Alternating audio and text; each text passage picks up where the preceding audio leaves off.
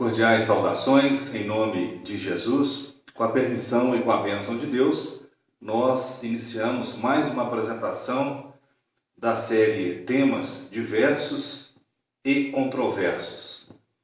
Eu recebi por esses dias, deixa eu pegar a mensagem, uma mensagem no WhatsApp de um presbítero. Eu não vou citar o nome do presbítero, mas já vou até comentar algo interessante.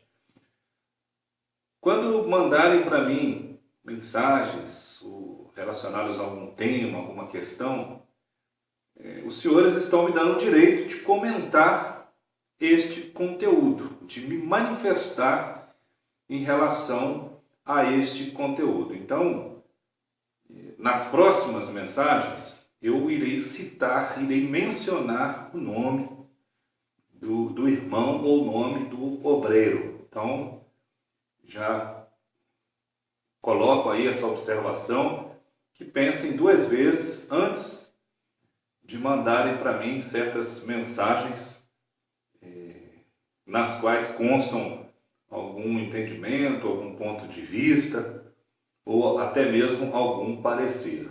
É um presbítero da região metropolitana de Belo Horizonte. Então, diante dessa crise que o Brasil está enfrentando nesses dias, agora no final do mês de maio, relacionada, aliás, na última dezena do mês de maio, agora de 2018, relacionada ao apagão na área de combustíveis, muita discussão, muitas discussões acaloradas, e dentro desse contexto o irmão mandou a seguinte mensagem: Jeremias capítulo 29, versículo 7, escrito: procurai a paz da cidade, do país, e orai por ela ao Senhor, porque na sua paz vós tereis paz. Aí segue o texto, um comentário do texto agora, uma parte onde o presbítero manifesta um entendimento. Segue o texto. Como presbítero, peço aos irmãos que parem de divulgar vídeo que acabam contribuindo para um contágio psicológico. Estou lendo de acordo com exatamente como está escrito, respeitando até a questão do português, sendo fiel ao texto. Que acabam contribuindo para um contágio psicológico de revolta e frustrações, que não tem nenhum proveito. Em vez disso, que possamos gastar esse tempo orando, como o profeta Jeremias nos encoraja para que tenhamos paz. Então, esta mensagem desse presbítero me motivou a fazer aí, a ministrar uma das primeiras apresentações relacionadas ao tema o servo de Deus, o tema o cristão e política, com o subtema: o servo de Deus pode se envolver em discussões de natureza política? Sim ou não? No meu entendimento, ele pode e deve. Nós vamos observar aqui qual a prioridade dessa questão na vida do servo de Deus. Deve ser uma prioridade, a prioridade número 1 é o reino dos céus. Tudo mais está em segundo, terceiro ou quarto plano, deverá estar em um plano secundário na vida do cristão. Então, alguns pegam textos dentro de um determinado contexto e aplicam dentro da nossa realidade atual. Eu vou citar alguns textos bíblicos para nós introduzirmos ou começarmos essa discussão. Nós vamos ter outras partes dessa apresentação, talvez 2 ou 3 partes. Essa primeira parte, na realidade, é uma parte introdutória. Nós vamos apenas introduzir a discussão, iniciar a discussão através de algumas considerações iniciais. Quando a Europa vivia o período ali do absolutismo, principalmente século XVII, nos séculos XVII e séculos XVIII, principalmente com o rei Luís XIV, na França, ele dizia que o Estado, ele diz o seguinte: o Estado sou eu, ou seja, eu que mando, as leis são provenientes da minha pessoa, eu é que falo o que é certo e o que é errado. E outros, mais também nesse período ali na Europa, na Inglaterra, a Revolução Gloriosa ou a Revolução Inglesa, onde o absolutismo começa a ser confrontado. Nós poderíamos pegar alguns textos bíblicos, e foi exatamente, nós poderíamos pegar alguns textos bíblicos para embasar a fala de alguns reis naquele período do absolutismo,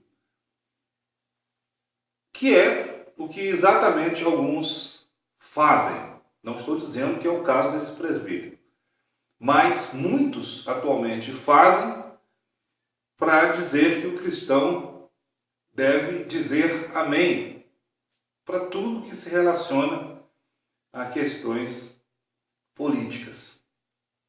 Um desses textos se encontra lá em 1 Pedro, capítulo 2, versículo 17. Diz o seguinte: tratai a todos com honra, amai aos irmãos, temei a Deus, honrai ao rei. Os filósofos que trabalhavam para esses reis, nesse período do absolutismo, eles eram mestres em pegar esse texto para dizer o seguinte: olha, vocês devem obediência plena ao rei. Vocês não devem, em momento algum, promoverem revoltas contra o rei. Ou seja, eles iriam permanecer no estado social constante.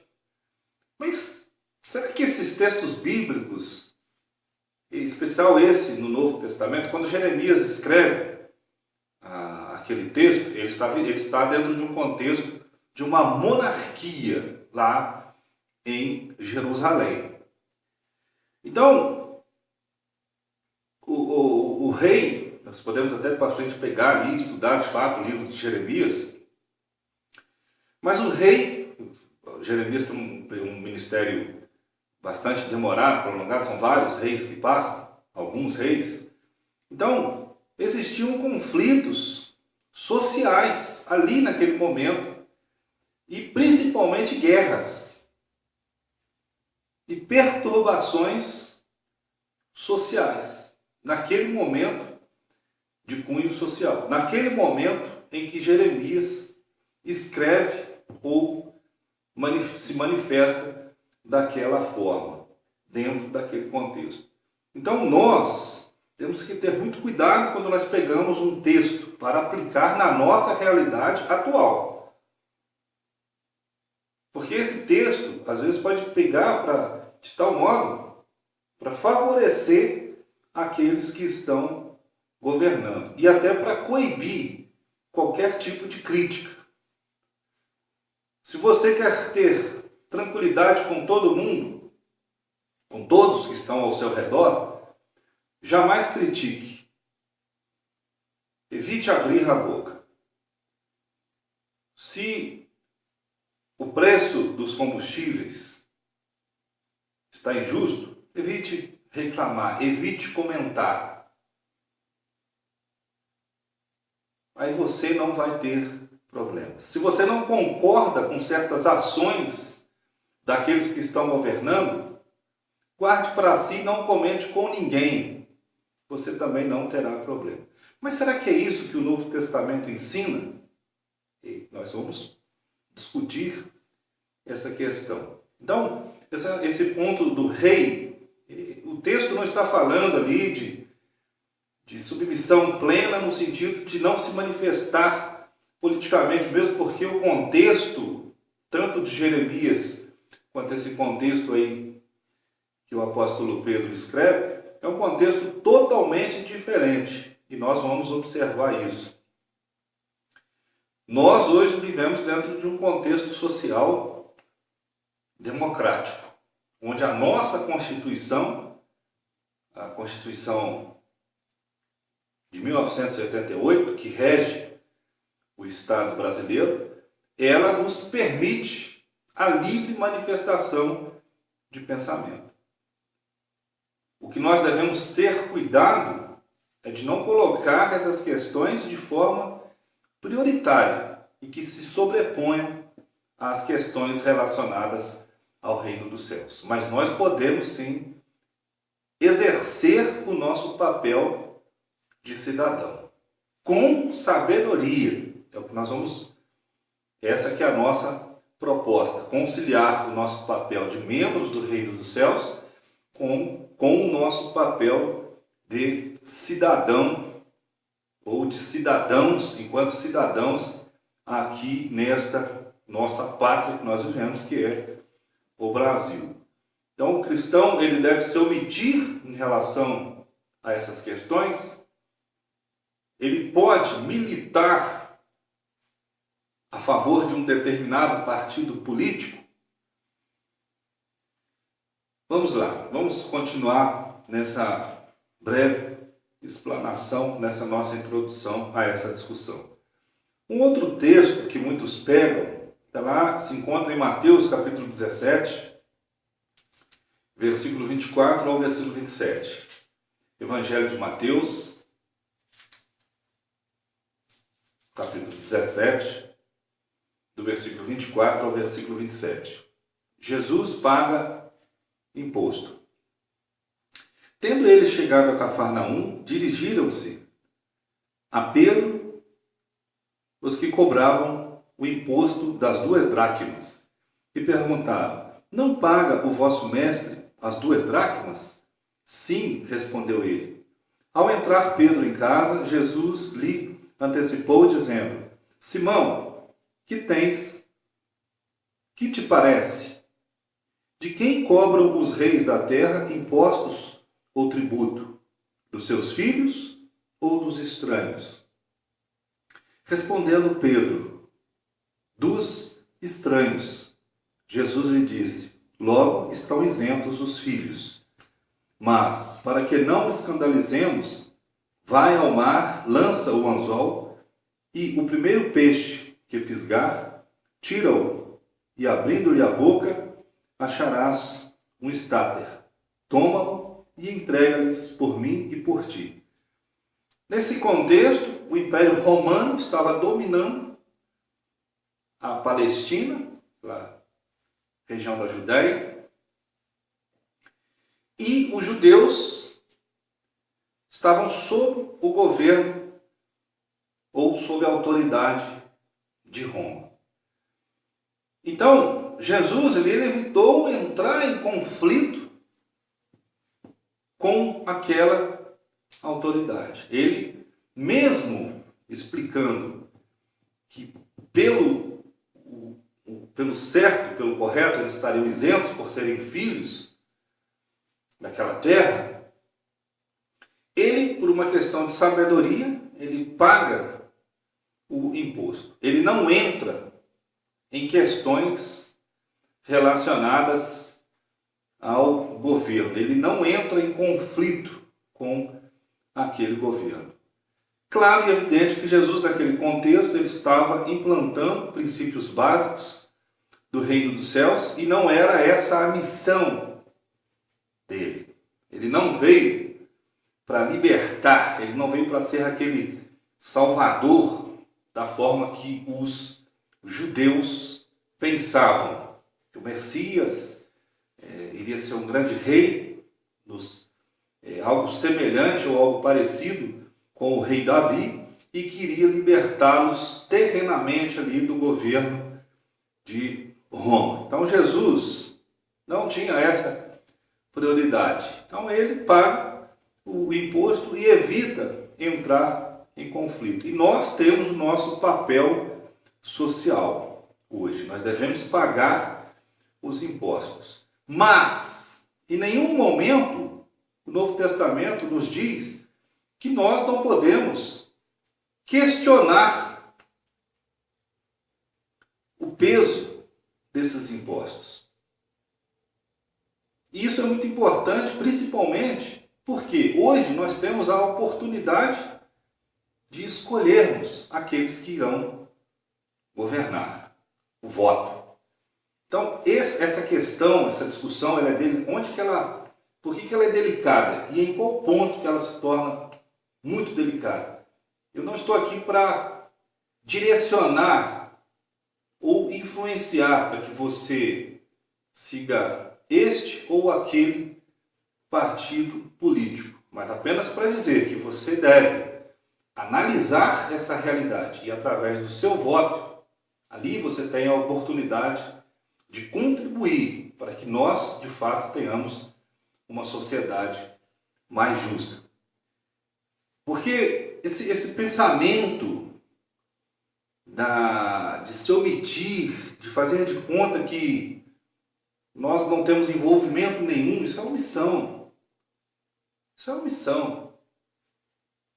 O nosso papel principal, a nossa principal arma, melhor dizendo, e eu vou falar isso nas próximas apresentações, com toda certeza é a oração.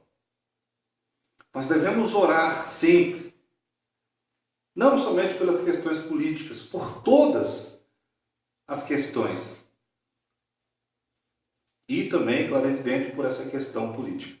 Mas nós temos um papel social também, e não podemos relaxar no exercício desse papel. Está com o rei.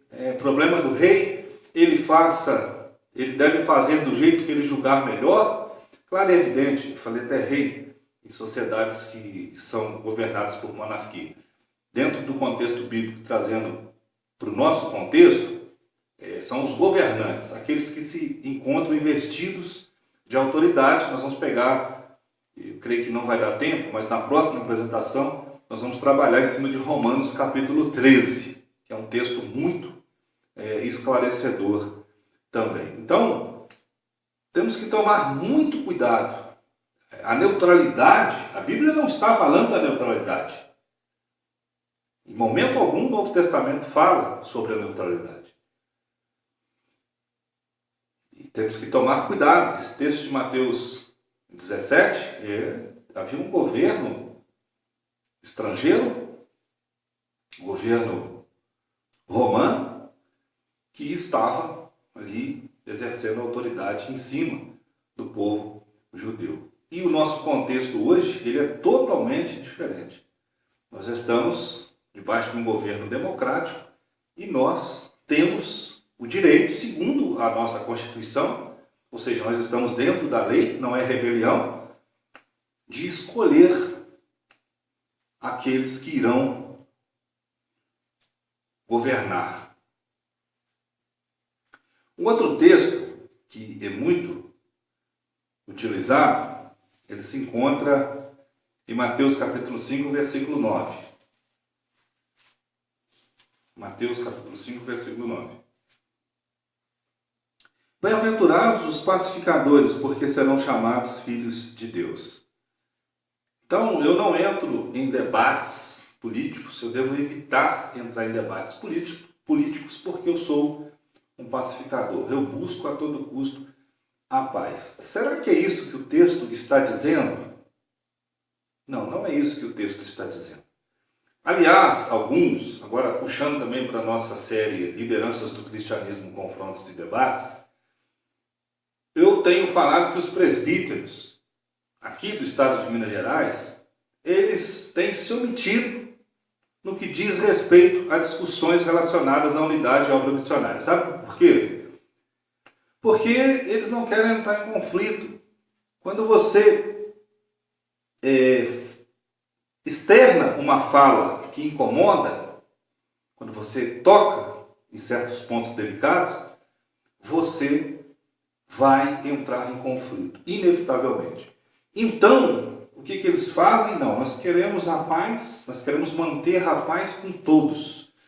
Aí é muito fácil, eu deixo de cumprir com o papel devido, pego alguns textos fora de contexto e, com base nesses textos, eu sou benquisto por todos. É muito fácil, é muito cômodo. Já imaginaram se Jesus pensasse assim? Ele não entraria em conflito com os fariseus? Ele não entraria em conflito, de certa forma, com os próprios discípulos? Porque as palavras dele eram palavras duras, inclusive para os próprios discípulos. Quando ele fala lá em João capítulo... Deixa eu pegar o texto.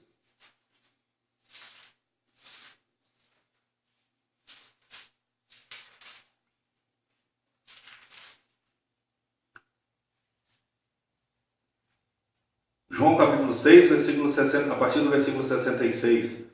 À vista disso, muitos dos seus discípulos o abandonaram e já não andavam com ele. Então perguntou Jesus aos 12, porventura quereis também vós, outros, retirar-vos? Então o discurso de Jesus era um discurso que incomodava e desafiava tanto os discípulos, como também aqueles adversários de doutrina, principalmente ali os fariseus e os saduceus. Lá em Mateus 23, versículo 13. Ai de vós, escribas e fariseus, hipócritas, porque fechais o reino dos céus diante dos homens, pois vós não entrais, nem deixais entrar os que estão entrando. Então, ausência de conflito, paz, dentro desses textos bíblicos, se relacionava a questões terrenas. A paz que nós devemos buscar é a paz em Cristo, conforme está escrito lá em João, capítulo... Vou pegar o texto aqui.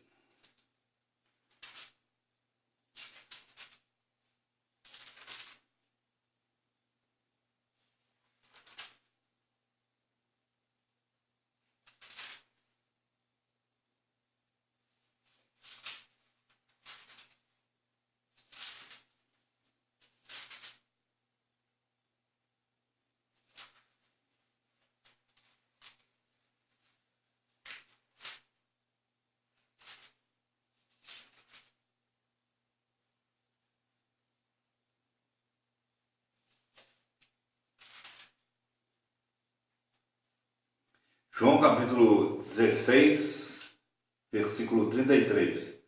Estas coisas vos tenho dito, para que tenhais paz em mim. No mundo passais por aflições, mas tende bom ânimo, eu venci o mundo. Claro que ele está falando dessas aflições como consequência da pregação do Evangelho. Mas é uma paz diferente daquela paz que Jeremias ele falou lá no texto que fora citado aqui nesta apresentação. Então, para nós finalizarmos essa primeira parte, temos que pegar o texto dentro do contexto. E o cristão pode e deve sim se preocupar com essas questões políticas. Sou contra o cristão entrar numa determinada militância por algum partido político, colocando essa militância, inclusive em cima da sua luta pelo reino dos céus. Aí passa do limite. Mas debater certas questões, perguntar sobre certas questões, questionar sobre algumas ações do governo. Por que o combustível é tão alto no Brasil? Salvo engano, é um dos mais caros do mundo. Por que este governo está agindo assim?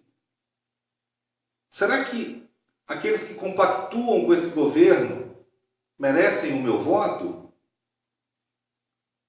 Então, isso é dever, sim, do cristão. O cristão deve questionar e votar de forma consciente. Ele deve analisar o cenário.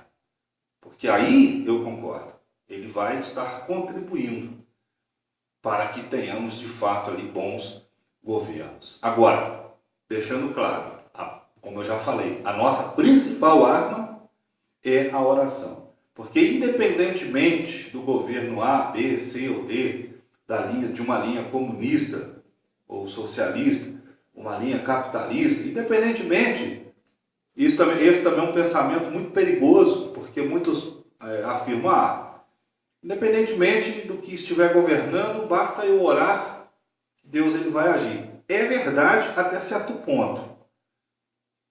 Isso é verdade, mas na medida que me leva a me omitir e tratar com descaso essa questão relacionada à política, aí já se torna um pensamento equivocado, porque nós temos sim a nossa responsabilidade. Bom, eu vou finalizando aqui essa primeira parte.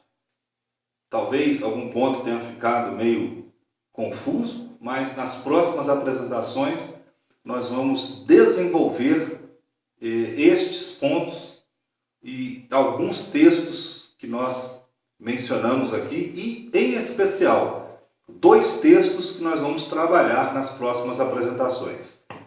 1 Timóteo capítulo 2, do versículo 1 ao versículo 3, e texto central que eu considero nessa discussão, Romanos capítulo 13, do versículo 1 ao versículo 7.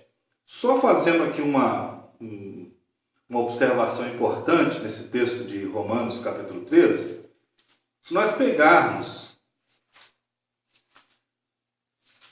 parte desse texto fora do contexto, o versículo 4, que diz: visto que a autoridade é ministro de Deus para teu bem, entretanto, se fizeres o mal, teme, porque não é sem motivo que ela traz a espada, pois é ministro de Deus, vingador, para castigar o que pratica o mal. Se nós pegarmos esse versículo fora do contexto, nós seremos a favor da pena de morte. A espada, traz a espada, ele está falando da pena de morte. Quando ele usava essa expressão, lá no livro de Atos, capítulo... Aqui o texto.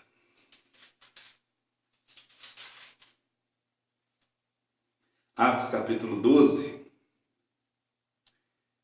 versículo 2. A partir do versículo 1. Por aquele tempo, mandou o rei Herodes prender alguns da igreja para os maltratar, fazendo passar ao fio da espada a Tiago, irmão de João. Ao fio da espada, ou seja, matou aquele apóstolo. Então, se nós pegarmos esse texto fora de contexto, e muitos assim o fazem, seremos induzidos a concordarmos com a pena de morte. Essas autoridades, elas podem simplesmente instituir a pena de morte. Mas será que é isso que o contexto está dizendo? Está focando dentro de uma realidade específica. Mas nós podemos tirar esse texto dessa realidade e aplicarmos de forma direta na nossa realidade, e está relacionado aí ao papel da autoridade. Então, a contextualização ela é muito, mas muito importante nessa discussão relacionada aí à questão política. Para finalizar, então, questão política em segundo plano, no segundo momento. Primeiro momento, o reino dos céus, a salvação, o evangelho. Essa é a paz em Cristo, a ausência da condenação. Essa é a paz que vem de Jesus. A paz social em segundo plano, mas também devemos trabalhar por meio da oração e por meio da conscientização e da análise relacionada aí a alguns fatores que estão atrelados principalmente àqueles que pretendem entrar no governo. Bom, vamos finalizar fazendo uma oração e desde já eu me coloco à disposição, caso você queira mandar alguma pergunta, caso você queira colaborar de alguma forma, enriquecer essa discussão. E também deixo aqui um convite para os presbíteros, para outros evangelistas, para outros obreiros da área de ensino, para que participem dessa discussão. Sintam-se à vontade e nós também nos colocamos à disposição, caso queiram debater frente a frente essa questão, nós estamos à disposição. Vamos fazer uma oração. Nosso Deus e nosso Pai, em nome de Jesus, agradecemos pelas nossas vidas, agradecemos acima de tudo por Jesus, pelo Evangelho, essa mensagem que é poderosa para salvar, para redimir, e nos ajuda para que nós possamos pregar o Evangelho com intrepidez, para que mais pessoas possam ser salvas através dessa mensagem, que é a mensagem mais poderosa do Senhor para o homem.